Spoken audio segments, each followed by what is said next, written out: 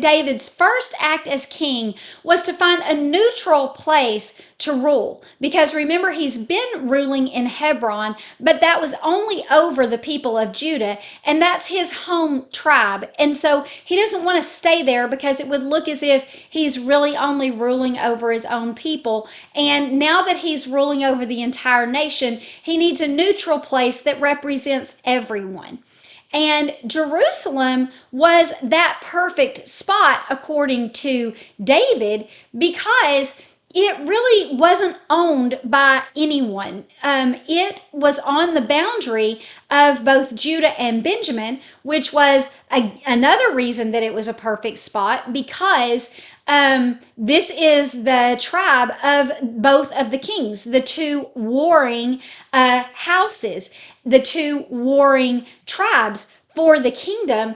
And so for it to be right there on their border, a town shared by both of them, means a good compromise. Means that David is showing that I'm not going to stay there in Judah. I'll make the capital city, the ruling city, both of our cities. And so I'm accepting the tribe of Benjamin, regardless of the fact that, y'all have been warring with me, maybe specifically because Saul was of your tribe.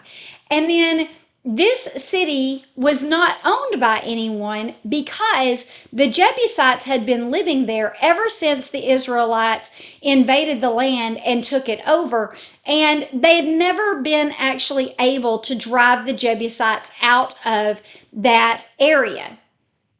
And so they had just allowed them to live there. And so David's like, God told us to eradicate all of the existing people from the land. We never did that.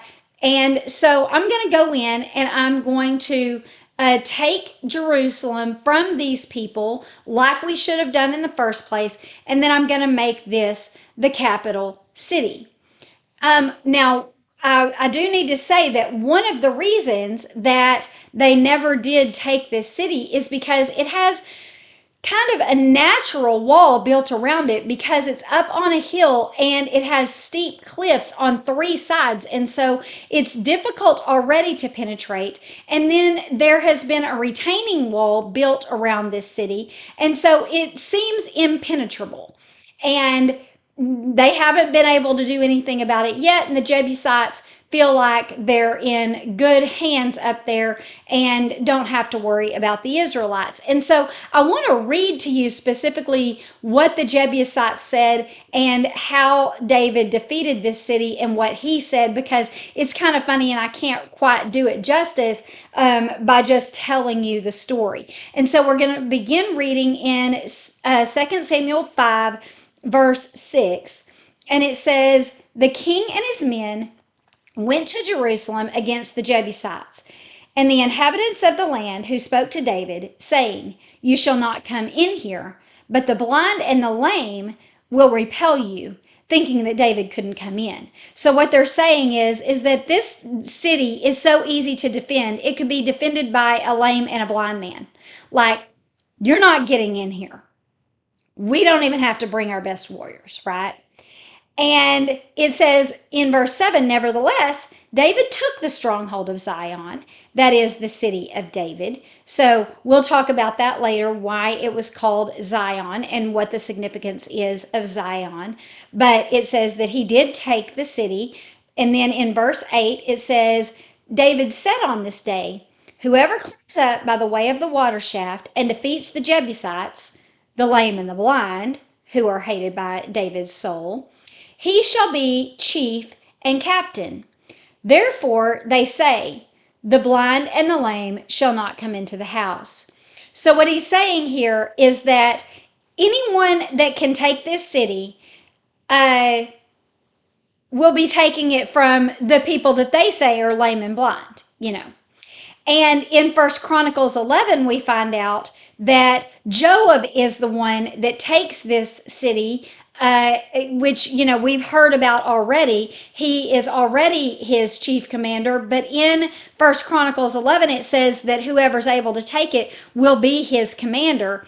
And so Joab secures his spot as David's commander by being the first one to go in. And David even tells him how to go in. He says, you need to go in through the water shafts. Well, we have since excavated this area and found out that they had an extensive tunnel network that got water from the Gihon Spring and brought it to the town of Israel because it's up on a mountain and there's no other way to get the water. And so this shaft, what they believe is this shaft that Joab and the troops went through, was 230-foot shaft, and they go through this area, and they're saying that only that even the blind and the lame can defeat them, defend this area. And so David says, well, go take it from the lame and the blind. And they are kind of blind to the fact that they're about to get invaded. They do not believe that, and they're crippled in their defense. And so these are the lame and the blind, and that's why they said it became a saying that the lame and the blind are no longer welcome in this house. So, meaning the Jebusites. So it's just kind of funny the way that they word all of this.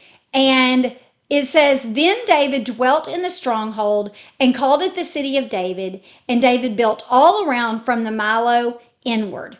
So the Millo was the retaining wall and then the supporting walls behind it, and he built terraces to level all of this land out. So they're able to build the city by making everything level.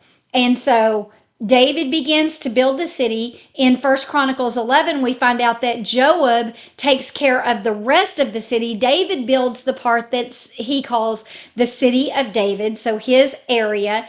And then Joab builds the rest of the area. So this is a place where they can operate as a ruling party there from this spot.